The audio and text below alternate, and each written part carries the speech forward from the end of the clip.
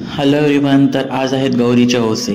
गौरीचा ओसा म्हणजे काय तर गौरीचा ओसा गौरीला सूप म्हणजे सूप घेऊन ओवासलं जातं.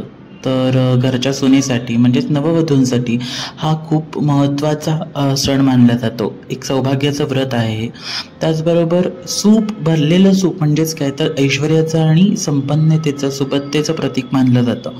त्याच्यामुळे हा जो ओसा आहे हा गौरीचा भरला जातो.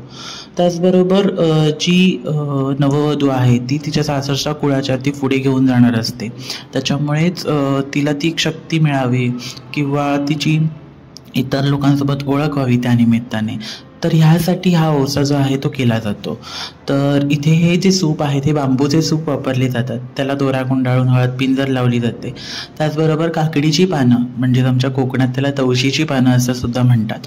तर काकडीच्या पानांचा जो वौसा असतो तर ह्याच्यामध्ये वेगवेगळ्या प्रकारची फळं ठेवली जातात, भाज्या ठेवल्या जातात. भाज्यांमध्ये काय तर कारलं ठेवलं जातं, मग त्याच्यानंतर पडवळ ठेवलं जातं, कारिंदा ठेवला जातो, सुपारी असते.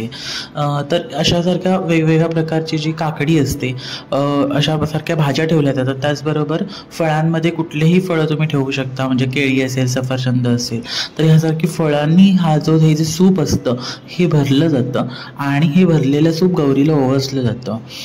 तर अशा पद्धतीने हा जो ओवसा आहे ही परंपरा आहे. मग नववधू ज्या आहेत त्यांच्यासाठी म्हणजे जेव्हा गौरी पूर्वात येतात, पूर्व नक्षत्रात येतात, तर तेव्हा त्यांचा नववधूंचा पहिला ओसा तिथपासून चालू होतो आणि मग तो त्या कुळाचार जो आहे तो पुढे घेऊन जातात असं मानलं जातं. तर हे जे सूप आहेत, मग कोणी 5 सुपांचा ओसा असेल, कोणाचा 10 सुपांचा ओसा असेल, तर अशा पद्धतीने हे गौरीचे ओसे केले जातात.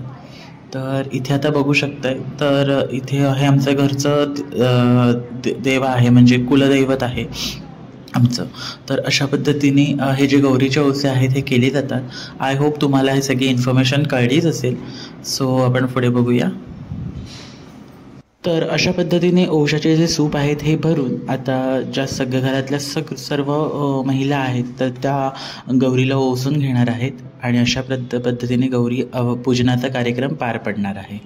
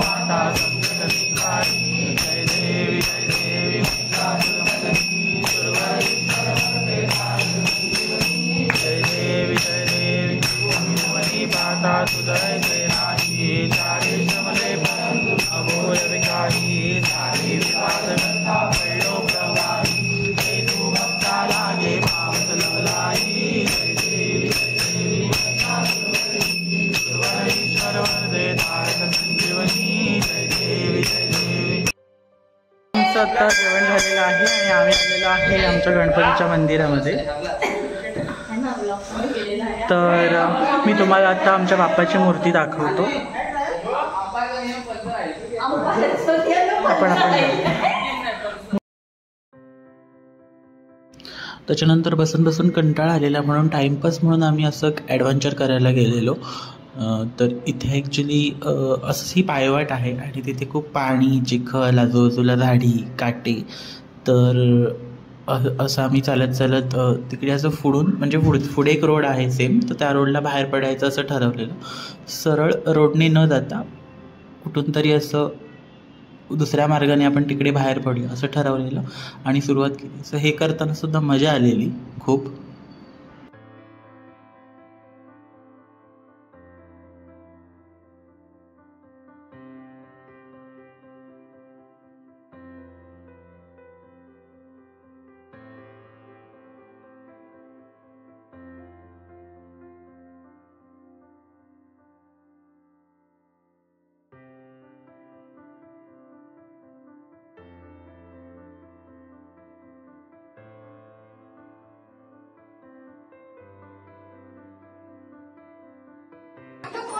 त्याच्यानंतर रात्री सगळ्यांची जेवणं आटपली आणि जेवणं आटपल्यानंतर मग आम्ही नाचायला आलेलो, म्हणजेच गवर जागवायला आम्ही सगळेजण नाचत होतो.